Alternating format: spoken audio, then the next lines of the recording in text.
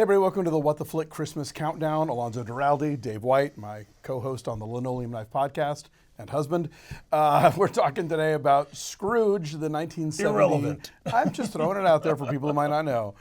The 1970 musical version starring Albert Finney. There are, of course, a lot of great screen adaptations of Charles Dickens' novella, the Alistair Sim version from 1951, the George C. Scott from 1984. Tori Spelling, Vanessa Williams, you know. But this one's a personal favorite, and it's a musical and a very big kind of post-Oliver musical. Take a look.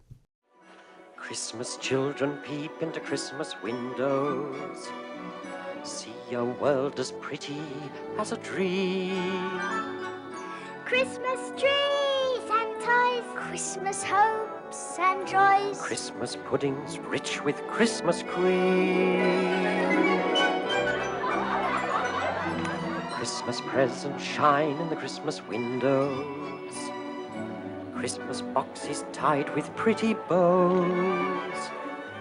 Wonder what's inside, What delights they hide. but till Christmas morning no one knows. You with 5 children. Bob, 5 for a shilling. Thank you, John. Won't it be exciting if it snows? Penny along, So, in talking about Christmas movies with people, I find more often than not that the movies that you loved as a kid are the ones that you stay with you, that you kind of nurture throughout your life, because so much of Christmas is nostalgia based, I think. But I did not see this movie until I was an adult. Thanks to me. That's right. When I was 6 years old, it was 1970, so you can do the math. I'm 100 now. And my older brother took me to see Scrooge in the theater in its theatrical run. I had never been exposed to the Christmas Carol story. And this is a musical where everyone is singing and dancing in the streets of London. You said post-Oliver. Yeah. What that means is, in the late 1960s, there was a really popular movie called Oliver, based on the Dickens story Oliver Twist, and people were singing and dancing in the streets of London. It beat 2001 for Best Picture. That's right. And so those brilliant people in England said, more, let's do this again. And they did. I don't think this one is regarded as being as good or successful as Oliver, but it has endured in a way that Oliver often these days has not, in that you see it every Christmas. So I came home from that movie, first of all, really into it, and secondly, asking my mother what the red place is at the end, where the ghost of Christmas future, the ghost of Christmas yet to come, takes Scrooge to hell. And I remember my mom getting in my face and saying, "That's hell. And if you're bad and you die, you go there." So that was effective. And it stayed with me, in fact, all through my life, up to, because they started showing it on TV year after year after year. I would get immediately bored with any Christmas Carol that didn't have a lot of singing. You just assumed it was always a musical, which was right? all other Christmas carols, because none of them had singing except for this one. I thought that's what it was supposed to be. I thought you were supposed to sing in a Christmas carol, and when people didn't, I thought, well, they're not doing it right. Losers. So tell people about this. So Albert Finney stars, and I think in the annals of screen Scrooges, he's one of the very few, certainly in a non-animated version, to play young Scrooge and old Scrooge. And I think that kind of gives the movie some of the heartbreak of this character, because you see the same guy go from this sort of 1970 Albert Finney, who was pretty hot, to this kind of stooped, lonely, bitter, cranky old guy. Yeah. He is a monster. Yeah, Scrooge, the old Scrooge is terrible, but when you see young Scrooge as somebody who still sort of had a chance in life and had love in his life, it's that much sadder to see what he turns into. And he's terrific. The ghosts are played by Alec Guinness is Marley, he's amazing, and apparently injured his back from all the wire work and stuff. The most memorable Marley. Marley. Well, maybe not the most. He's up there. One of the most memorable Marleys of all the Christmas Carol adaptations. Dame Edith Evans is the Ghost of Christmas Past. Kenneth More is the Ghost of Christmas Present. This is just a really charming movie, and it's big and it's boisterous. And we went to a screening once where the late Ronald Neve, who directed, he also did the Poseidon Adventure, was doing a Q&A at a screening. And one of the things that he said that if he could go back and change anything in the film was that the last 20 minutes or so is basically the reformed Scrooge goes on a shopping spree. I clocked it once. It goes on for nearly 18 solid minutes. Yeah, and it reprises. That's a lot of screen. It reprises That's a lot of time. every other song from the film, like they do it again, you know.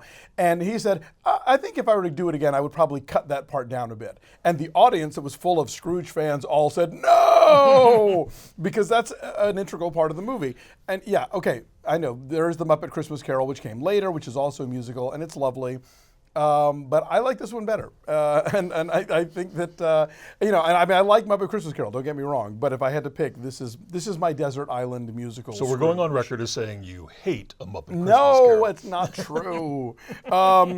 So yeah, I think this movie is really delightful. It tends to pop up on TCM in December. If not, it's every year. If not, it's on Blu-ray. There are it's accessible. You can see this version. Yeah. And yeah, I think it's really lovely and doesn't necessarily always get its due, but. Finney is great. The cast is wonderful, and the songs are by Leslie Bricusse. He collaborated on a lot of things with Anthony Newley, including Willy Wonka and the Chocolate Factory. But on his own, he did the Goodbye, Mr. Chips musical and a lot of other films. And I'm a fan, and I dig it. So this Christmas, if you have not seen Scrooge, maybe you might like Scrooge. I want to really talk about that ending again, though. Just okay. A little more in depth.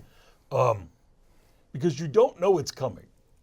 I mean, everyone's singing and everyone's, jumping around and quite often in this film, but you don't see that ending coming.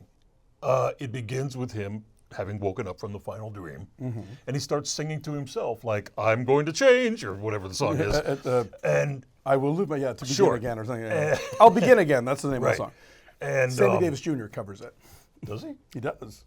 Because Sammy dressed like Scrooge? No, but Sammy was very much in the Newley Bricusse wheelhouse. Oh well, yeah, he was. He was the Candyman and all that. And Stop the World, I Want to Get Off. So anyway, and then the earlier songs in the film they pop back up. People reprise them, and as he goes out into the world from place to place, he picks up steam and picks up people. Yeah, and. This was filmed at Pinewood, one of the big British studios, yeah. So they have these big outdoor sets that are, Victorian London, and everyone's got the hats and, the bonnets and the stuff. But I'll tell you, at least it looks grim and wintry. I've seen so many Christmas carols, including The Man Who Invented Christmas, which is out in theaters now, where it's like Victorian London is shockingly sunny. You cannot drag that enough, can you? No, it's relevant. It's in theaters now. It's a new movie. But anyway, by the end of this, again, 18-minute long sequence, there are hundreds of people singing and dancing in the streets. Yeah. And if you don't respond to that in some positive way, you might actually be dead inside, because it's I can only imagine what a pain it was to shoot. Oh God, and how long that took. There's kids and pipers and carolers everything. And dancers and choir boys and the chimney sweeps the Crachit family and the soup guy and everyone is jumping up and down doing some different choreographed routine, all singing like 3 different songs at once. Songs are literally crisscrossing over into each other. It's staggering. Yeah. And I think that might be what people really.